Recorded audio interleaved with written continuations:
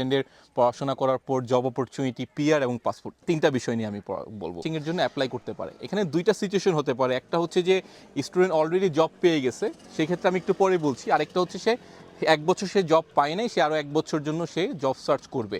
তো এখানে পিআরের ক্ষেত্রে স্টুডেন্টদের ক্ষেত্রে কিন্তু আমাদের হাফ কাউন্ট করা হয়। যদি আমাদের ব্যাচেলার প্রোগ্রাম যদি 5 বছরের থাকে, সেক্ষেত্রে এটা 2.5 বছর কাউন্ট করবে।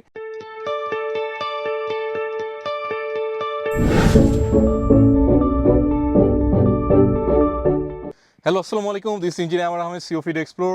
আজকে আপনাদের জন্য একটা ভিডিও নিয়ে আসছি। সেটা হচ্ছে যে আমাদের শিক্ষার্থীরা সবসময় আমাকে জিজ্ঞেস করে যে পোল্যান্ডে পড়াশোনা করার পর পিআর পাওয়া যাবে কিনা, পোল্যান্ডে পড়াশোনা করার পর পাসপোর্ট পাওয়া যাবে কিনা।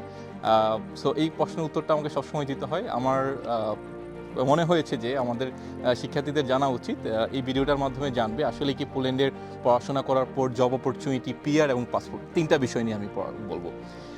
পোল্যান্ডের ইউনিভার্সিটিগুলো এখানে ইন্টারন্যাশনাল স্টুডেন্টসের জন্য অনেকটাই এখানে ফ্লেক্সিবল, এবং তারা সবসময় চায় আপনারা এখানে পড়াশোনা করুন, পড়াশোনা করার পর এখানেই সেটেল করার যদি চিন্তা ভাবনা থাকে, সেক্ষেত্রে কিন্তু ইউনিভার্সিটি আপনাদের সহযোগিতা করবে।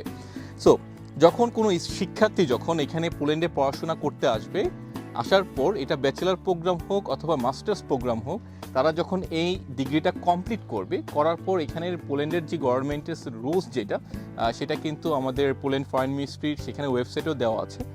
একজন শিক্ষার্থী 1 বছরের জন্য পোস্ট স্টাডি যে ওয়ার্ক পারমিট, অথবা আমরা যেটা বলি যে জব সার্চিং ভিসার জন্য একটা কার্ড, টিআরসি কার্ডের জন্য অ্যাপ্লাই করতে পারে।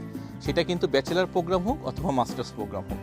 এখন যেটা হচ্ছে যে একজন শিক্ষার্থী যখন ব্যাচেলার শেষ করবে অথবা মাস্টার্স শেষ করবে, আমি আবারও বলে রাখি, সেখানে শেষ করতে হবে, তখন সে ওই সার্টিফিকেটগুলোর উপর ডিপেন্ডস করে সে লোকাল যে ইমিগ্রেশন, ফরেনার ইমিগ্রেশন অফিস যেখানে, সেখানে কিন্তু 1 বছরের জন্য তারা জব সার্চিংয়ের জন্য অ্যাপ্লাই করতে পারে। এখানে দুইটা সিচুয়েশন হতে পারে, একটা হচ্ছে যে স্টুডেন্ট অলরেডি জব পেয়ে গেছে, সেক্ষেত্রে আমি একটু পরে বলছি। আরেকটা হচ্ছে সে 1 বছর সে জব পায় নাই, সে আরও 1 বছর জন্য সে জব সার্চ করবে।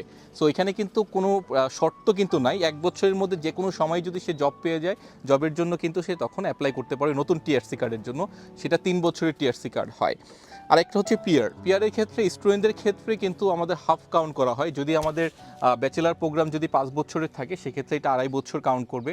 যদি অ্যাজ ইউজুয়াল 4 বছর, 3.5 বছর হয় আমাদের ব্যাচেলার প্রোগ্রাম এখানে, যেগুলো স্পেশালিস্ট প্রোগ্রাম সেগুলো 5 বছরের জন্য হয়। সো 3.5 বছরকে হাফ কাউন্ট করবে, এবং মাস্টার্সকে 2 বছর কিন্তু হাফ কাউন্ট করবে, 1 বছর কাউন্ট করবে। সো আপনার যখন 5 বছর হবে এখানে, প্রথম কথা হচ্ছে আপনি পড়াশোনা শেষ করলেন, যদি আমি মাস্টার্সের ক্ষেত্রে ধরি, তাহলে 1 বছর এখানে পাচ্ছেন, সাথে 3 বছরের একটা কার্ড পাচ্ছেন। তো 3 বছরের কার্ড পাওয়ার পর সেক্ষেত্রে কিন্তু 3 বছর এবং 1 বছর, সেটা হচ্ছে 4 বছর, অলমোস্ট 5 বছরের মাথায় গিয়ে আপনি পিআরের জন্য অ্যাপ্লাই করতে পারবেন। এবং পিআরের জন্য একটা শর্ত হচ্ছে এখানে আপনাকে B1 level, B2 level, police ভাষায় B2 লেভেল দক্ষতা দেখাতে হবে, অথবা পুলিশ ভাষায় কোনো একটা 1 বছরের ডিপ্লোম যদি শো করেন আপনি, সেই ক্ষেত্রে এটা কাউন্টেবল হবে। টিল টুডে এটা কাউন্টেবল হবে আপনার পিআরের অ্যাপ্লিকেশন করার জন্য, পার্মানেন্ট রেসিডেন্ট পাওয়ার জন্য। সো আমাদের যেটা হচ্ছে 5 বছর আমাদের সময় লাগবে টোটাল পিআর পাওয়ার জন্য। সেটা ব্যাচেলার প্রোগ্রামে কিন্তু প্রায় আমার মনে হয় 5.5 থেকে 6 বছর সময় লেগে যেতে পারে, যেহেতু হাফ কাউন্ট হবে। 3.5 বছর, অলমোস্ট 2 বছর, আর এখানে 3 বছর, 5 বছর। প্রথমত আপনাকে এসে পড়াশোনা করতে হবে, পড়াশোনার শেষে আপনি জব সার্চিংয়ের জন্য অ্যাপ্লাই করবেন, অথবা সরাসরি জবের জন্য অ্যাপ্লাই করবেন। তারপরে আপনি পিআরের জন্য অ্যাপ্লাই করার জন্য আপনি অ্যাপ্লিকেবল অর আপনি এলিজিবল হবেন পিআরের জন্য। আর পাসপোর্টের ব্যাপারটা, পোল্যান্ডের যে গভর্নমেন্টের রুলস, সেখানে হচ্ছে প্রায় 10 বছর আপনাকে পোল্যান্ডে থাকতে হবে, পিআর পাওয়ার পর আরও 5 বছর, তখন আপনি পাসপোর্টের জন্য অ্যাপ্লাই করতে পারবেন। সো আমাদের যারা শিক্ষার্থী আছে, সবসময় আমি বলি এখানে আসে পড়াশোনা করার জন্য। পড়াশোনা করলে কিন্তু যে সুবিধাটা পাচ্ছে, ফ্রি ওয়ার্ক পারমিট। আমাদের পোল্যান্ডে যখন বাংলাদেশ থেকে কেউ ওয়ার্ক পারমিট বিষয় নিয়ে এখানে আসে, তাকে কিন্তু সবসময় একটা ওয়ার্ক পারমিট ক্যারি করতে হয়।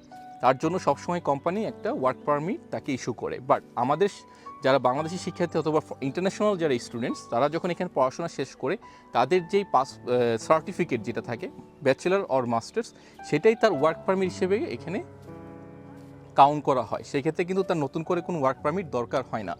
সে যে কোনো জায়গায়, যে কোনো অফিসে, অথবা সে নিজের যদি কোনো রেস্টুরেন্ট হতে পারে, কোনো অফিসে যদি জব করে, সেই ক্ষেত্রেও কিন্তু তার কোনো ওয়ার্ক পারমিট দরকার হচ্ছে না। শুধু একটা কন্ট্রাক্ট দরকার হয়, ওয়ার্ক কন্ট্রাক্ট, যেটাকে আমরা উমোবা জলেচিনিয়া বলি অথবা উমোবা প্লাসা বলি।